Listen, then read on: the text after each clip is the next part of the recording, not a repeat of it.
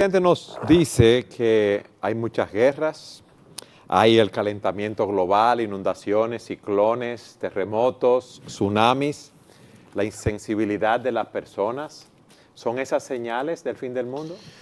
El Señor Jesucristo respondió esa pregunta hace ya casi 2000 años.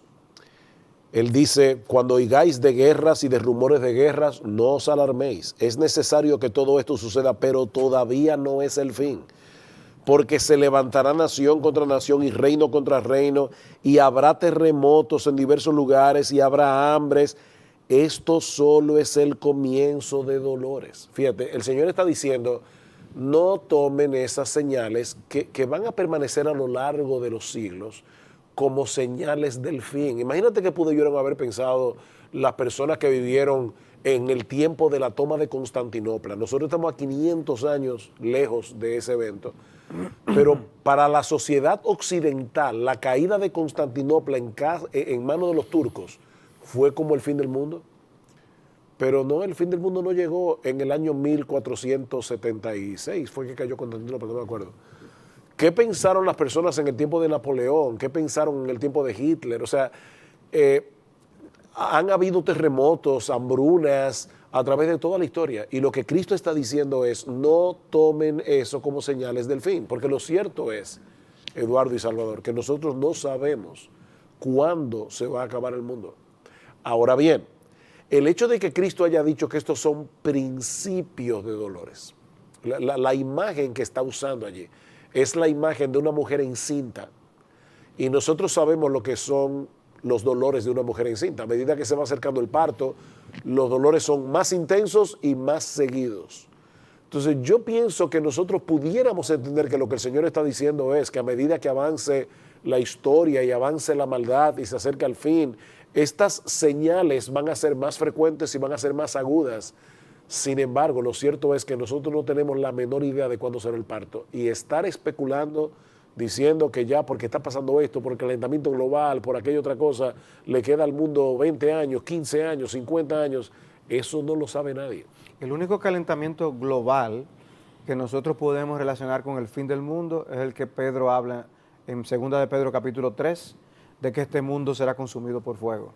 Pero no va a ser un fuego provocado por la naturaleza, por una bomba atómica o una cosa ni como por esa. el hombre, es exacto. Dios que estará enviando ese juicio, como Él dice que hizo también en la época del diluvio. O sea, es una accionar de Dios que traerá el mundo a su fin.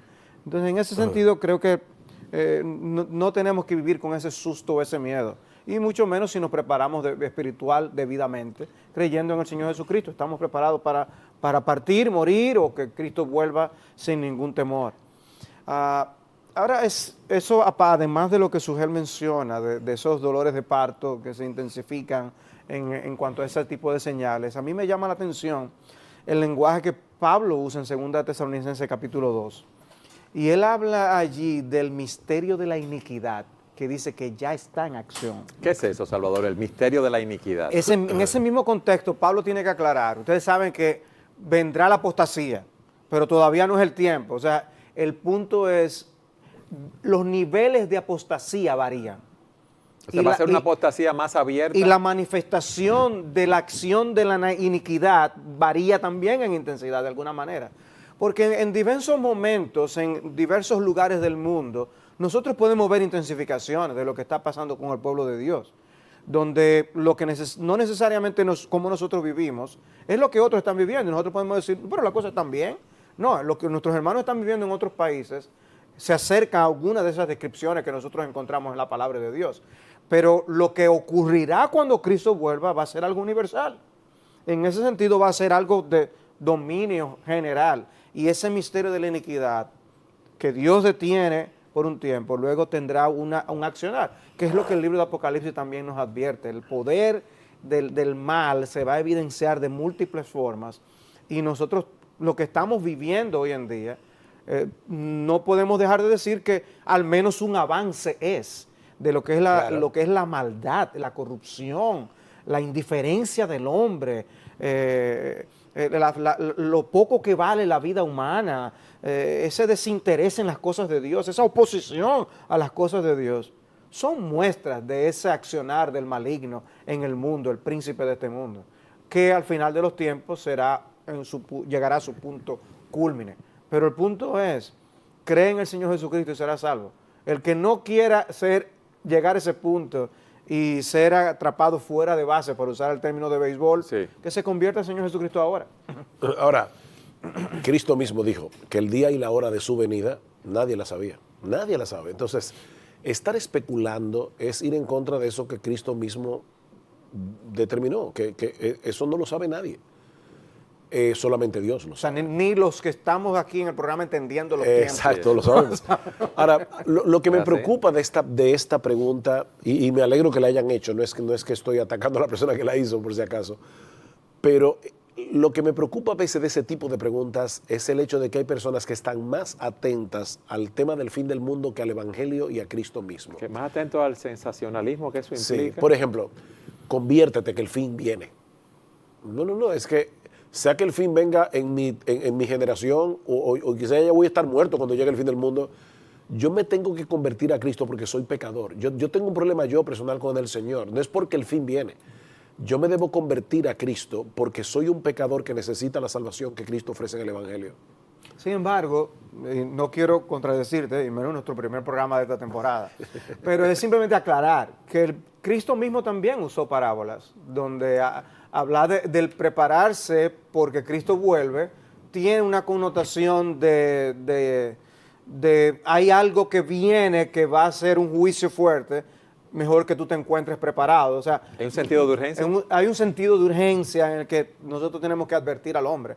Pero la razón de la conversión no es por el juicio que viene, es por mi pecado que me llevará al juicio. Gracias por aclarar. Yo me refería a esos tipos de ministerio donde todo el tiempo se habla más del fin del mundo y aún más del anticristo que de Cristo. Y yo no veo eso en el Nuevo Testamento.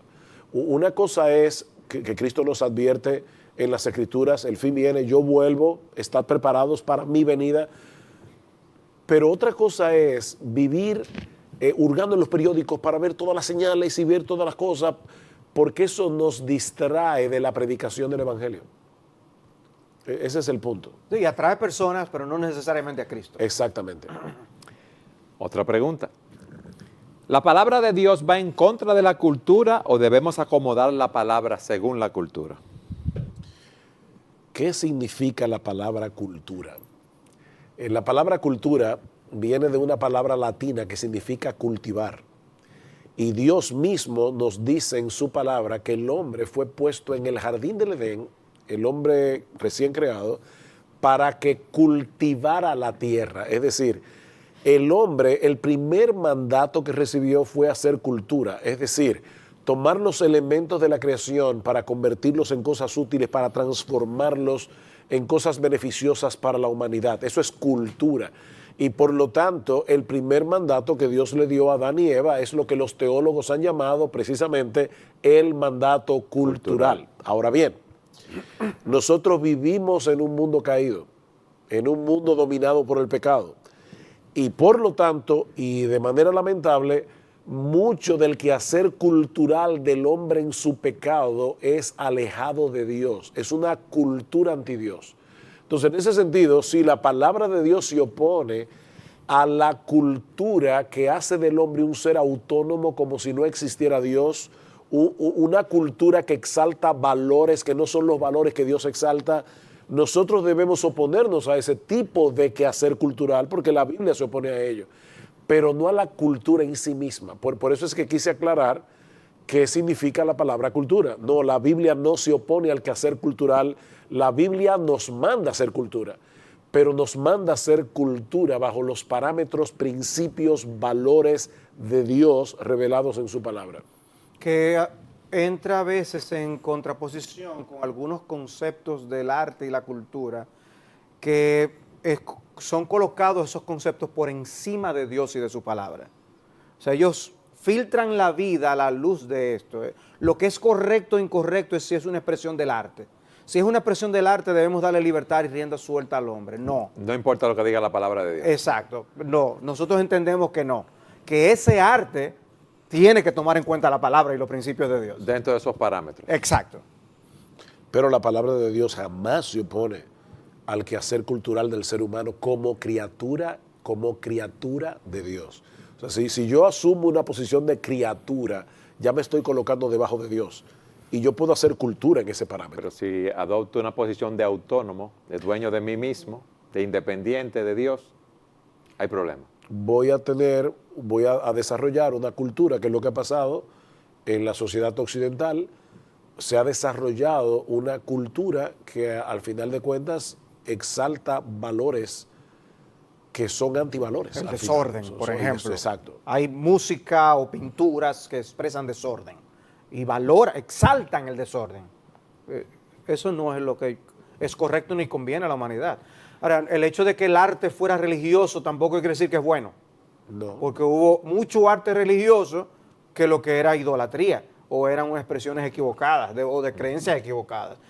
Y ni quiere decir tampoco que la Biblia esté en contra del arte que se desarrolló durante el humanismo, no necesariamente, o el Renacimiento, no necesariamente. Hay expresiones que no reñían con los principios de la palabra de Dios, y otros sí.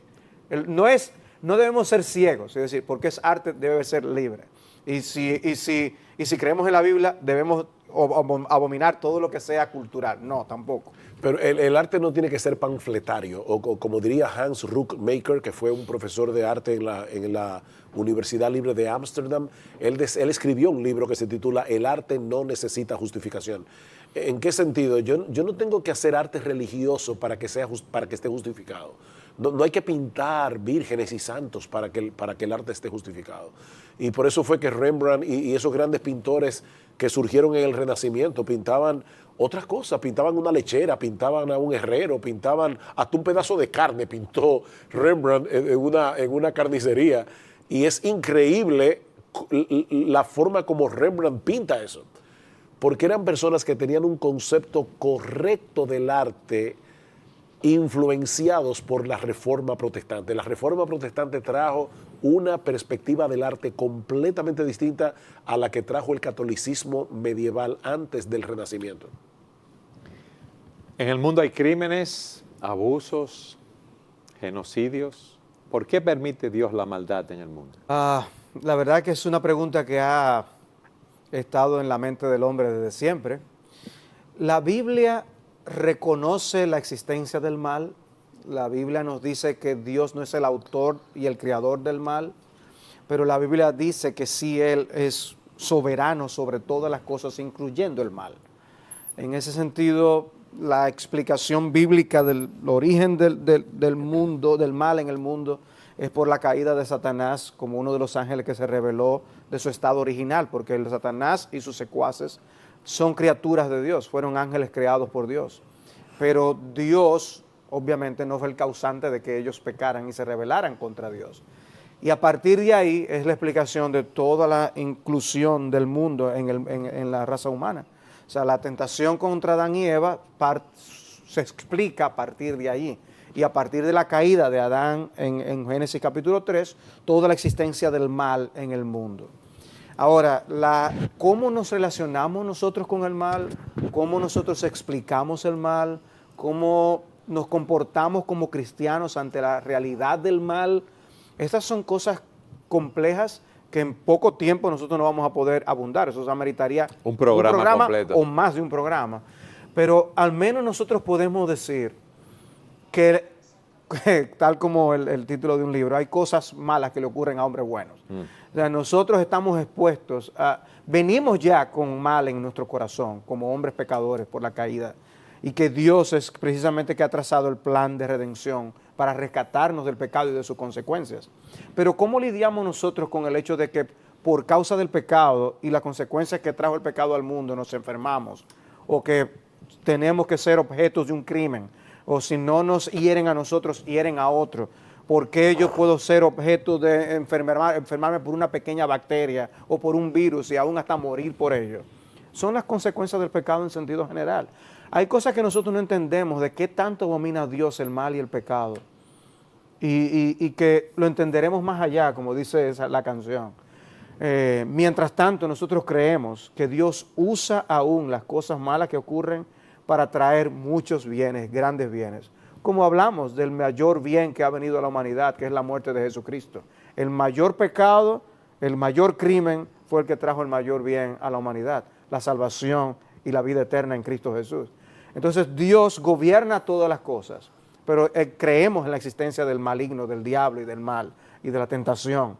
Y nosotros creemos que nosotros podemos caer en tentación y podemos cometer grandes pecados contra Dios, pero también creemos que el mundo que Dios promete va a ser al final va a ser un mundo libre de la existencia del mal y de todo vestigio del pecado en su presencia. Y Amén. eso es lo que nosotros anhelamos llegar algún día.